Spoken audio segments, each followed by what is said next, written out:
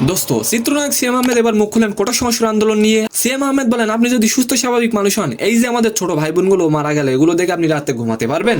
আমার তো ঘুম হয় না, এখনো কানে বাজে কারো পানি লাগবে, পানি। আমার কানে এখনো বাজে যে কারো পানি লাগবে। অন্যদিকে বিগ বস OTT 3 এর বিজয়ী হলেন সানা মকবুল। ফাইনালের দিন ভোটিং লাইন মাত্র 10 মিনিটের জন্য খোলা হয়েছিল, সেখানেই নেজির তুলনায় বেশি ভোট পাই সানা। সালাম, নমস্কার দোস্ত। হত্যা, সহিংসতা, গণগ্রেপ্তার, হয়রানি বন্ধ করো, এরকম স্লোগানে কোটা সংস্কার আন্দোলনরত শিক্ষার্থীদের 9 দফা দাবির সঙ্গে সংহতি প্রকাশ করেছেন শিল্পী সমাজ। দোস্ত, বৃহস্পতিবার 1 আগস্ট ফার্মগেট এলাকায় বৃষ্টি উপেক্ষা করে শিল্পী থেকে শুরু করে নির্মাতারা জড়ো হন।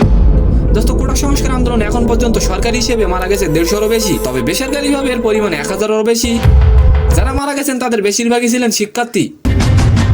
এ সময় চিত্রনায়ক সিএম বলেন, আপনি যদি সুস্থ স্বাভাবিক মানুষ হন, এগুলো দেখে আপনি রাতে ঘুমাতে পারবেন না।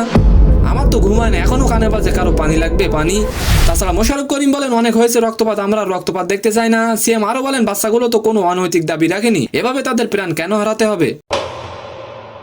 অন্যদিকে জনপ্রিয় টেলিভিশন অভিনেত্রী সানা মকবুল রিয়েলিটি শো বিগ বস সিজন 3 এর বিজয়ী হয়েছেন।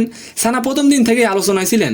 ফাইনালে ভোটের লাইন মাত্র 10 মিনিটের জন্য খোলা হয়েছিল, সেখানেই নেজির তুলনায় ভোট পেয়ে বিজয়ী হয়েছেন তিনি। সানা মকবুল ট্রফি পাওয়ার সাথে সাথে 25 লক্ষ টাকাও পেয়েছেন।